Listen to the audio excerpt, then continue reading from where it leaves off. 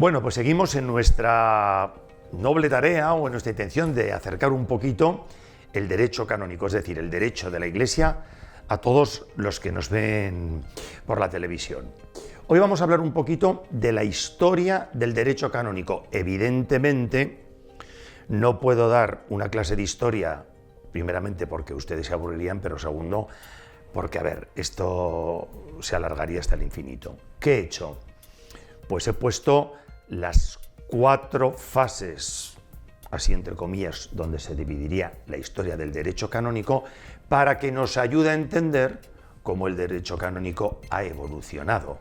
Porque evidentemente, aunque la Iglesia es la misma, la de San Pedro a la nuestra, a nadie se le escapa que no se vive ahora como se vivía en los tiempos de San Pedro. Entonces, si la Iglesia evoluciona, el derecho de la Iglesia evoluciona también.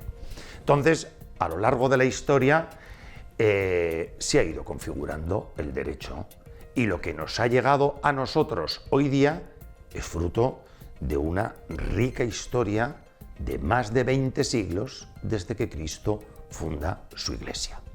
Entonces, por decir, de alguna forma, la primera fase la podríamos encuadrar con el primer milenio. El primer milenio sería la primera parte del derecho canónico. Entonces, en el primer milenio, en los primeros años, ¿qué teníamos? Hombre, pues la verdad que la Sagrada Escritura, donde se trataba de vivir de acuerdo con ello, y las enseñanzas de los apóstoles.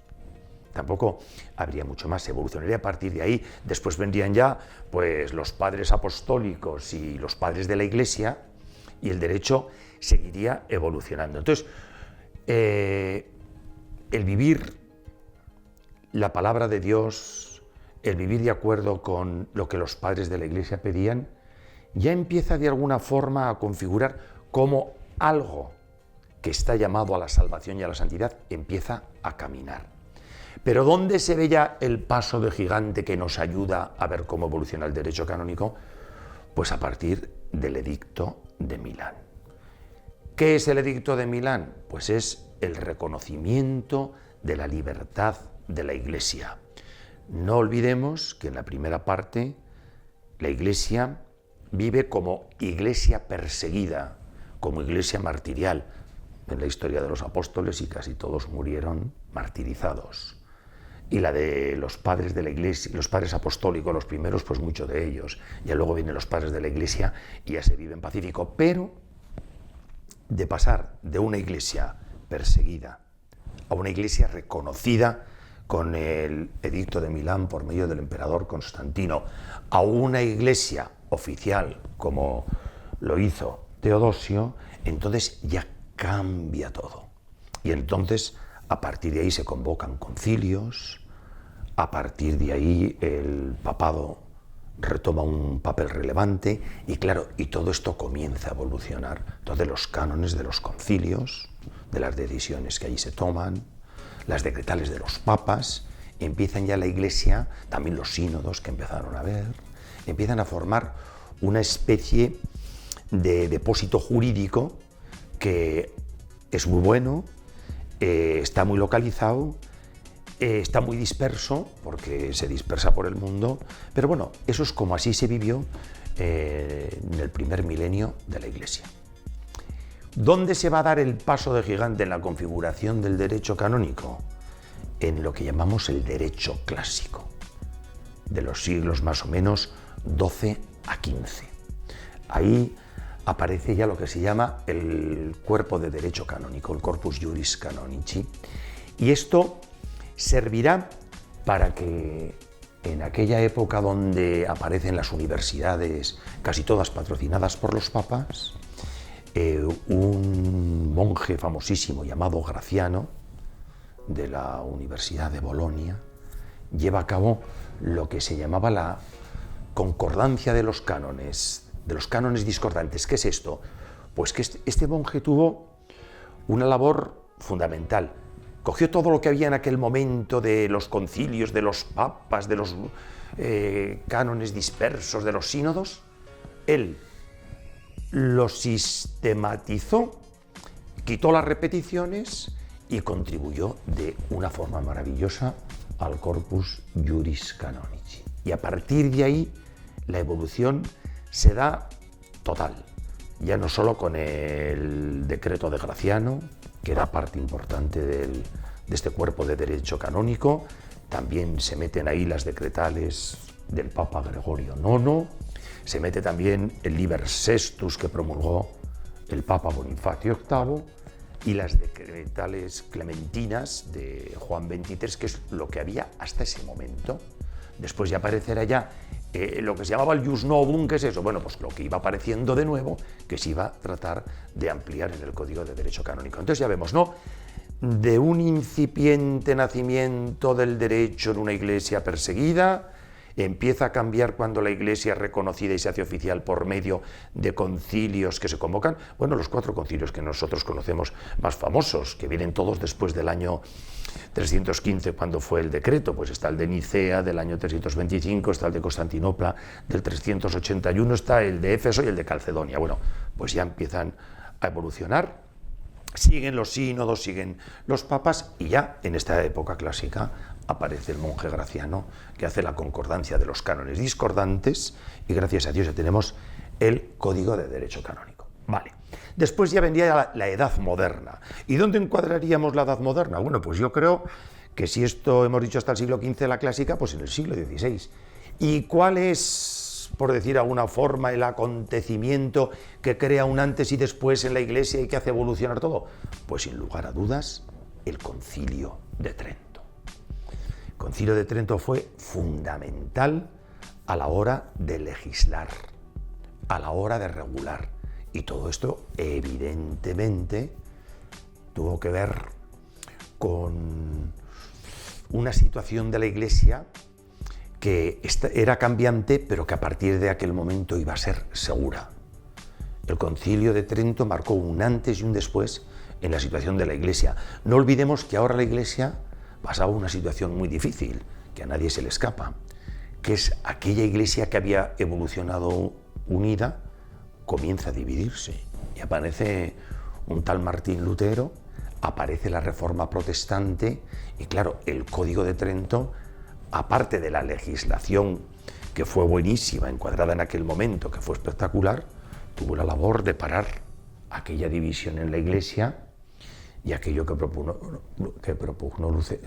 Lutero desde la ruptura con Roma y en no pocos casos pues con muchas herejías que después hubo que ir rebatiendo poquito a poco. Bueno, pues todo aquello hizo que en la Edad Moderna comenzase con el Concilio de Trento, fuese evolucionando y acabase pues con el Concilio Vaticano I, aquel concilio que se convocó en Roma, que se habló mucho en aquellos tiempos del papado, era la primera parte, y bueno, de hecho en el Concilio Vaticano I, como todo el mundo sabe, se definió la infalibilidad pontificia, pero que por los acontecimientos políticos se suspendió. Cuando Garibaldi entró allí, viniendo avasallando y a todos los padres que estaban reunidos, allí terminó el concilio y allí terminó la situación de la Iglesia en el sentido de un Estado soberano como la conocíamos entonces, porque la Iglesia eran también los estados pontificios que en ese momento desaparecen y se inicia lo que luego hemos conocido como la cuestión romana, que la Iglesia no reconocía que le hubiesen quitado lo que era de ella, hasta que después, como veremos y hablaremos, se llega a los acuerdos que tuvieron el Papa Pío IX y Mussolini, y la Iglesia, conservando una parte del Estado siempre para que le dé la libertad, aparece. Luego voy a comentar esto porque hay una cosa muy curiosa. Hay un tratado y ya la Iglesia vuelve a ser parte del espectro internacional, ya reconoce al Estado italiano y los demás estados que habían reconocido a la Iglesia la siguen reconociendo y se aumenta muchísimo el número de las relaciones diplomáticas. Pero bueno, esto no quiero despistar al personal. Hemos dicho primero, primer milenio, hemos visto el derecho canónico clásico, vemos ahora la época moderna, que la encuadraríamos entre el Concilio de Trento y el Concilio Vaticano I. Y una vez que terminamos esta época, ya viene ya, desde mi punto de vista, la edad contemporánea que para el derecho fue, desde mi punto de vista, evidentemente, la mejor. Porque ahí ya Se sistematizó el derecho, se configuró el derecho, se canonizó el derecho. Aparece el primer código de derecho canónico. ¡Qué maravilla! Pero claro, para eso se contó con dos papas, pero sobre todo con el primero, que eran gigantes de la historia, con San Pío X, que es el que comenzó los trabajos para sacar el Código de Derecho Canónico, y los terminó Benedicto XV. Por eso, el código que aparece el año 1917 se llama Código Pío Benedictino. Y es el código que mantiene la unidad de la Iglesia, que mantiene la solidez de la Iglesia y que mantiene la vivencia de la Iglesia en medio de guerras primera, segunda y acontecimientos mundiales, justamente hasta el Concilio Vaticano II, que todavía se mantenía evidentemente, pero que ahí ya se dice que el concilio se iba a reformar. Pues aquel código Pío Benedictino, el código de 1917, bueno, la configuración era fácil de entenderla, la tenía como los códigos napoleónicos de Europa, evidentemente, pues personas, cosas, acciones, donde todo estaba regulado, en primer lugar las situaciones personales, luego pues las cosas que son necesarias para que vivan las personas, es decir, las cosas no solo materiales, las cosas espirituales, toda la sacramentalidad, todas las cuestiones de la educación, de los triamunera, del regir, enseñar y santificar. Pero después tenía también las acciones, claro, pues las acciones, la cuestión jurídica o la cuestión procesal o la cuestión penal para garantizar todo aquello.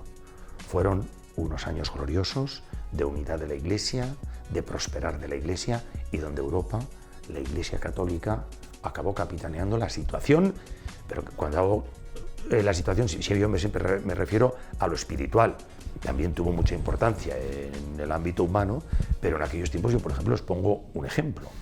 Fíjense que hoy día dirían, ¿cómo ha podido pasar eso? Pues, por ejemplo, en Holanda, que desde los tiempos de Lutero se había protestantizado y era un país prácticamente protestante, acabó siendo un país donde había muchos más católicos que protestantes y donde fue el país, alucinantemente, que más misioneros del mundo tenía.